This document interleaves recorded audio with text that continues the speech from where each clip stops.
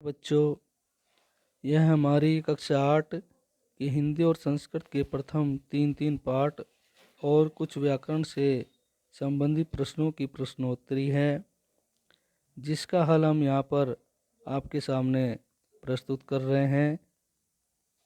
यहाँ पर पहला प्रश्न है, ध्वनि कविता में किसका अंत न होने की बात कर रहा है कवि।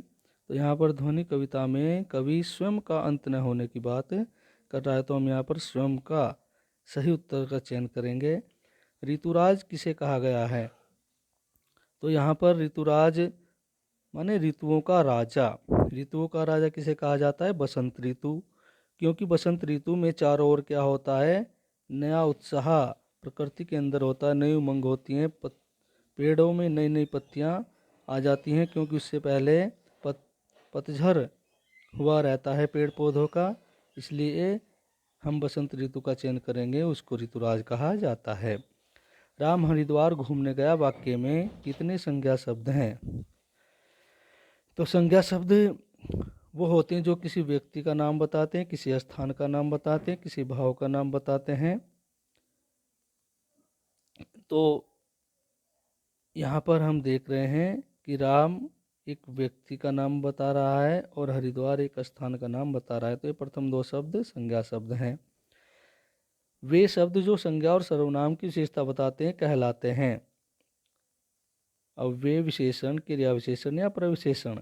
अब हम देखते हैं कि संज्ञा और सर्वनाम शब्दों की विशेषता बताने वाले शब्दों को विशेषण कहा जाता है। राम अच्छा लड़का है वाक्य में विशेषण है। तो यहाँ पर लड़का कैसा है? अच्छा है। तो ये लड़का शब्द की विशेषता कौन सा शब्द बता रहा है? अच्छा। तो अच्छा क्या हुआ? विशेषण हुआ। वस्तु विनिमय क्या है? वस्तुओं की अदला बदली, अर्थात आवश्यकता से अधिक वस्तुओं को देकर बदले में अपनी आवश्यकताओं की वस्तुओं को लेना ही वस्तु विनिमय कहलाता है। निम्न में तत्सम शब्द है। तत्सम शब्द वो शब्द होते हैं जो संस्कृत के मूल शब्द होते हैं और उनको हिंदी में भी वैसा का वैसा ही क्या अपना लिया गया है, तो उन शब्दों को तत्सम शब्द कहते हैं। यहाँ पर हम देखते हैं कि दूध शब्द तद्भव शब्द है, क्योंकि उसका सही तत्सम है दुग्ध। आग, ये भी तद्भव शब्द है, क्योंकि आग को अग्नि तत्सम शब्द के रूप में पढ़ा जाता है।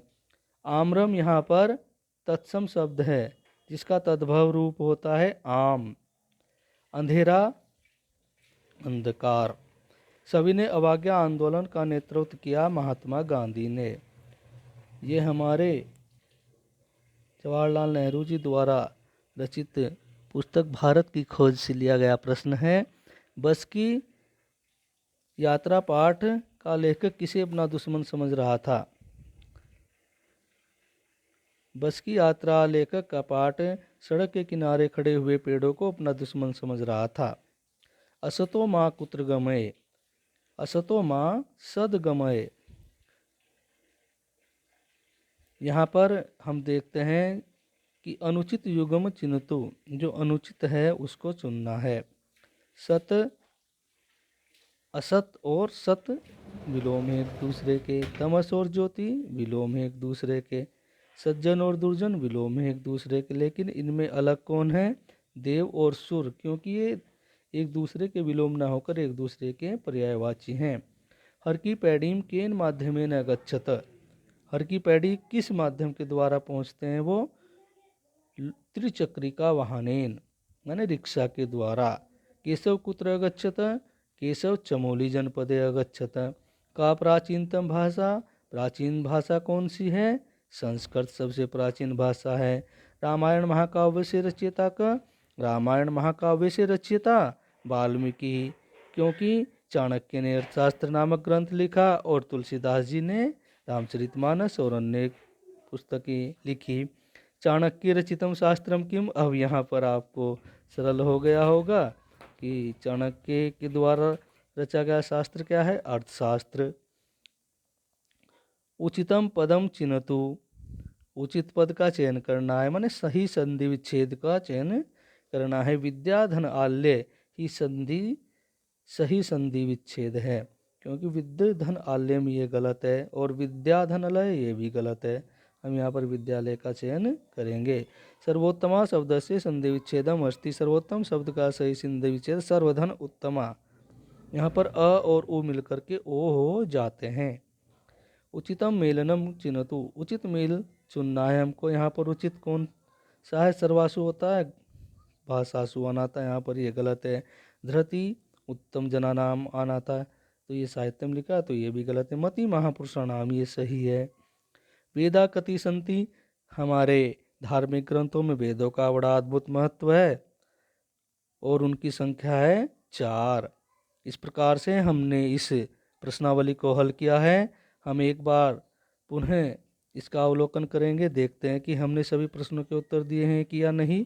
हमने पहले का भी दिया, दूसरे का दिया, तीसरे का भी दिया हमने, चौथे का दिया, पांचवा,